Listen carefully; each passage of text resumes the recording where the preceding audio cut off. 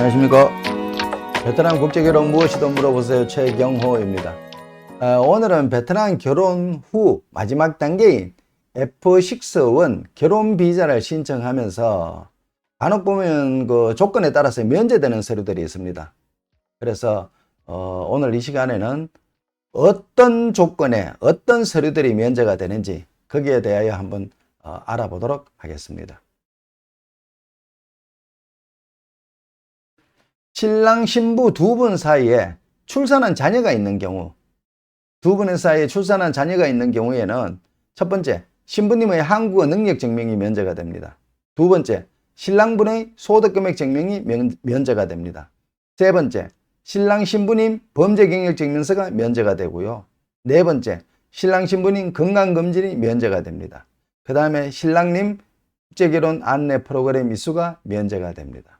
그러니까 결혼 비자 서류에서 이거 5가지를 빼면은 너무 쉽죠.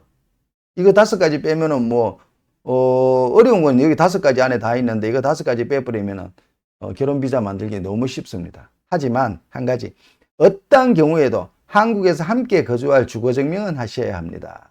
이게 신부님이 다음에 한국에 나가시잖아요. 나가셔갖고 신랑 신부님이 함께 거주할 주거공간, 그 주거공간은 꼭 증명을 하셔야 됩니다. 임신 20주 이상인 경우 똑같이 출산했을 때와 똑같은 혜택을 받습니다. 그러니까 한국어 능력 증명, 소득금액 증명, 범죄 경력, 건강검진, 국제결혼 안내 프로그램 이수 똑같은 혜택을 받습니다. 여기서도 마찬가지 한국에서 함께 거주할 주거 증명은 반드시 하셔야 합니다.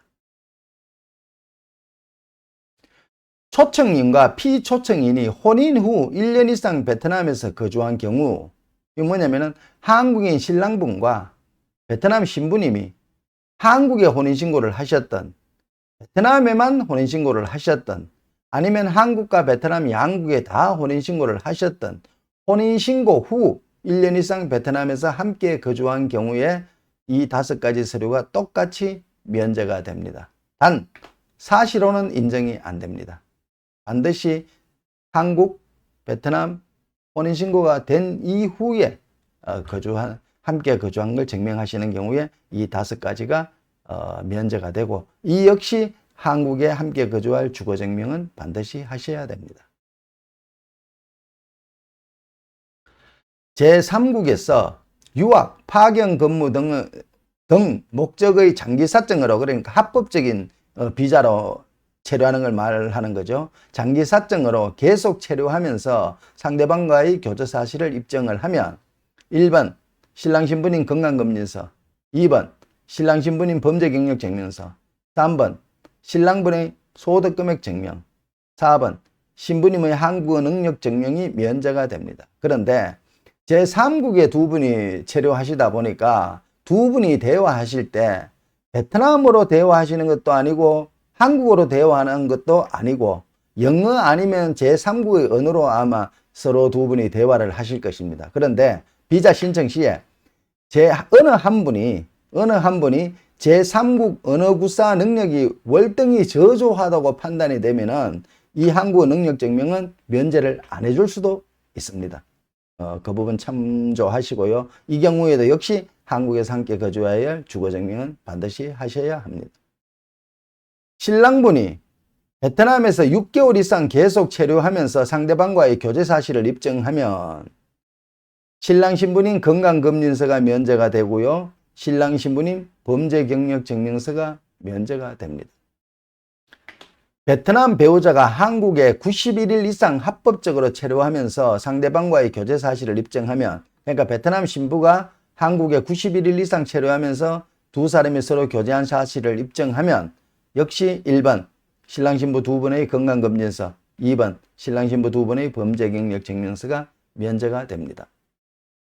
베트남 배우자가, 그러니까 베트남 신부가 한국에 1년 이상 연속적으로 합법적으로 한국에 연속적으로 거주한 경우 한국어 능력 증명이 면제가 됩니다.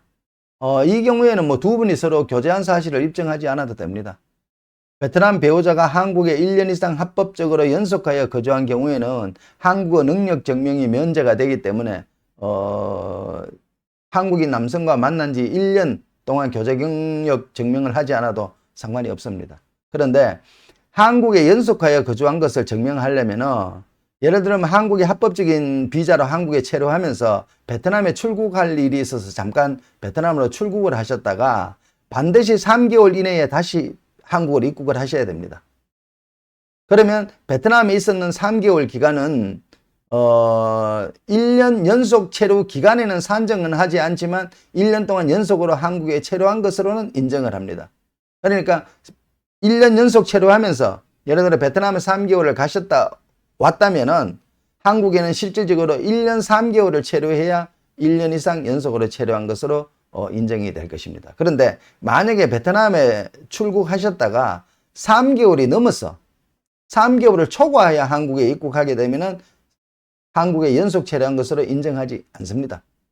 그래서 한국어 능력 증명을 면제받으실 수가 없습니다. 자, 이렇게 하여서 오늘은 어떤 조건에서 어떤 서류들을 면제받는지에 대하여 알아보았습니다. 나에게 과연 맞는 조건이 있는지, 면제받을 조건이 있는지 확인하시고 비자 접수 잘 하시기 바라겠습니다. 고맙습니다.